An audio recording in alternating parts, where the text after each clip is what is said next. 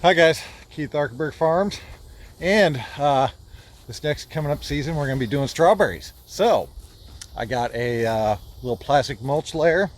Originally went behind a BCS. I have altered it and mounted it behind my little Kubota tractor, and I'm going to show you how to lay the plastic down over a regular 30-inch bed. So let me show you.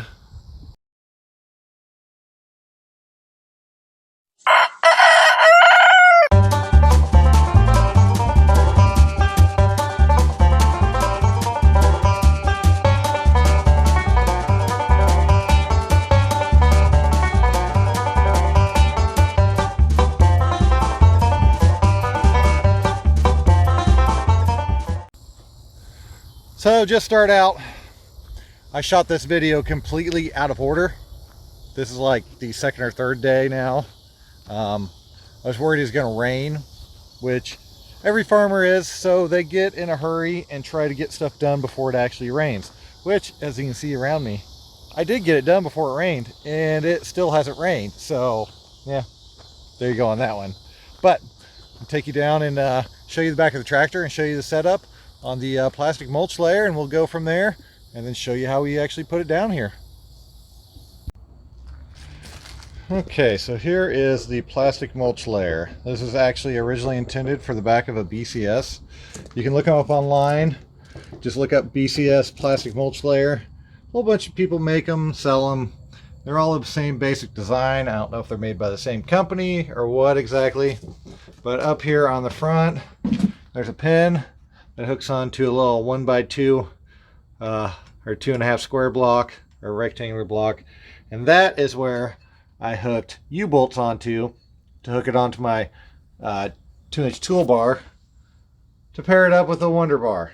Now I could have built a mount for it, what have you. I had the toolbar, so I just went ahead and hooked it to it. The basics of it are, you've got your frame that carries your plastic. You've also got the attachment back here that carries your drip tape. Your drip tape has to be underneath the plastic in order to work. On the front here, we have two openers, which is just a single plow. So it plows open the opener. Then behind it, we have our plastic, which is sitting on two rollers.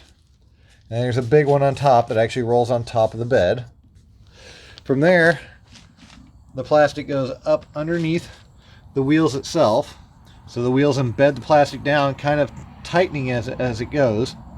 And then the discs that I'm using in the back, which I believe are actually openers, work really good for closing it back up. There's also a flat shoe that's kind of like that, and it just kind of scrapes along and pushes the dirt.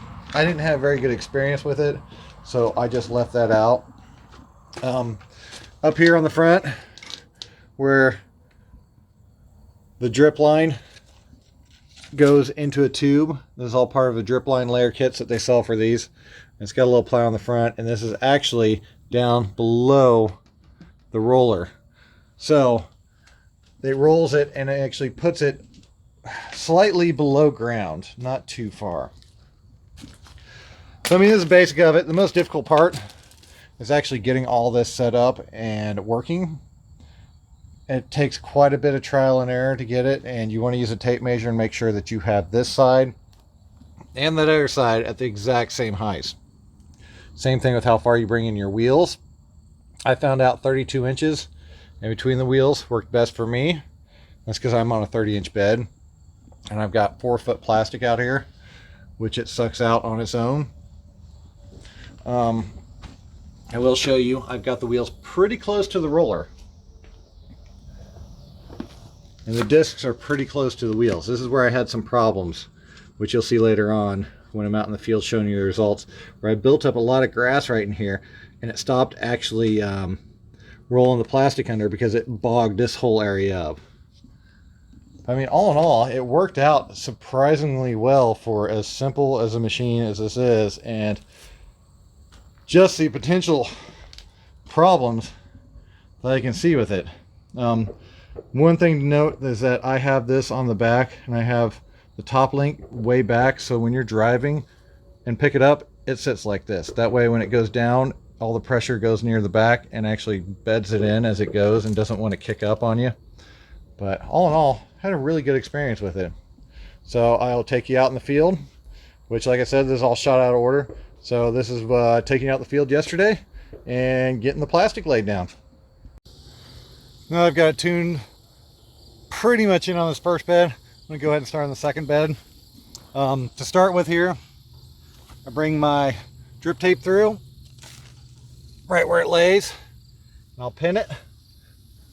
I have to get a hammer and hammer that down.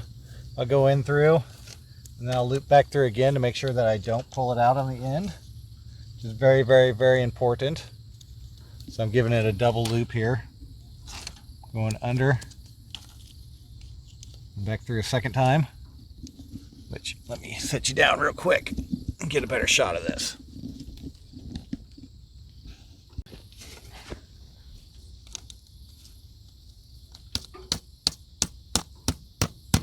Just like that. And I'll take my plastic,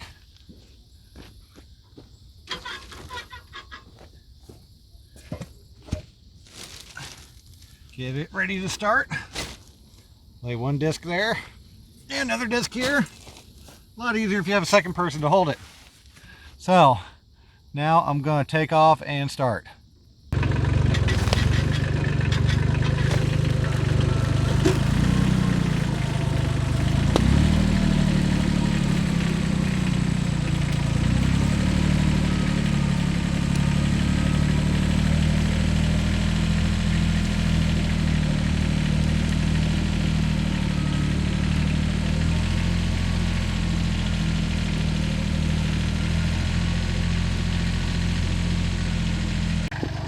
Now, of course, back here at the beginning, I'll have to bury this first little bit.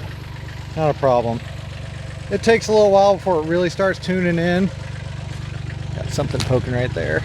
But it does a pretty good job rolling it down. After I build up a little bit more dirt, I get a little better bury. This side over here, still having a little bit of problem with. But not too horrible bad. I mean, I'm going to have to run a disc back through here anyways to bring the rest of this dirt back over to fill in this. But I'm going to turn it around and show you coming and show you going.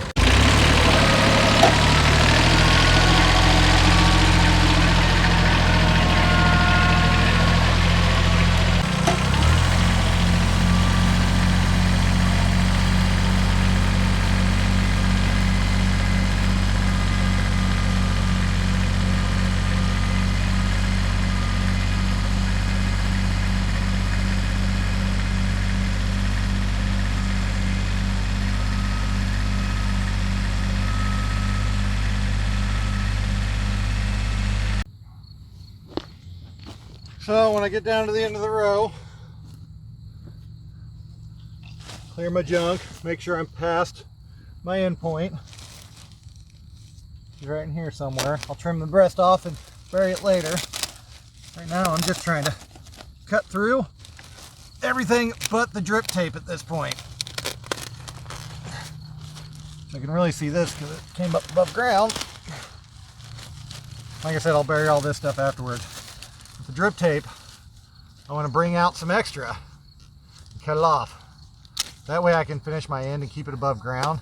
And that way if this pops loose, I will see that it is leaking. I'll probably bring it up through a hole right here and then have my end clip right here, and that way I can watch it. But I'm going to continue on and get these other two beds knocked out before I run out of time.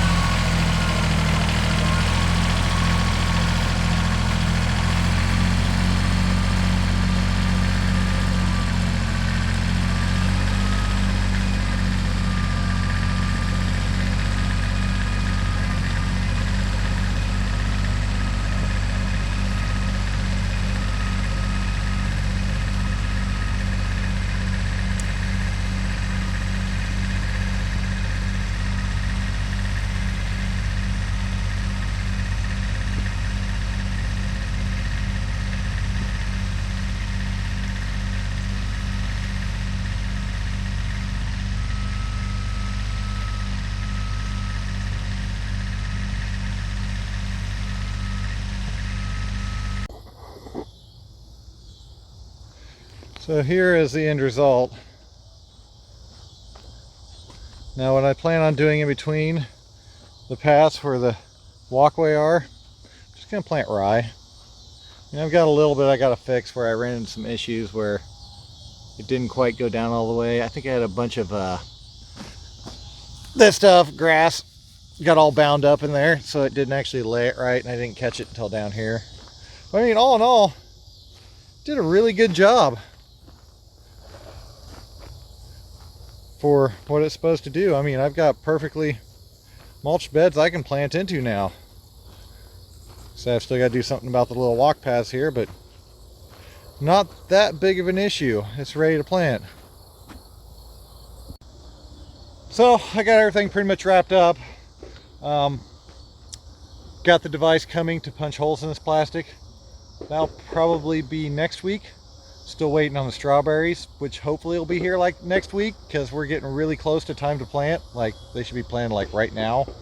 But either way, if you want to see how I plowed this field, look at last week's video, plowing with a small tractor.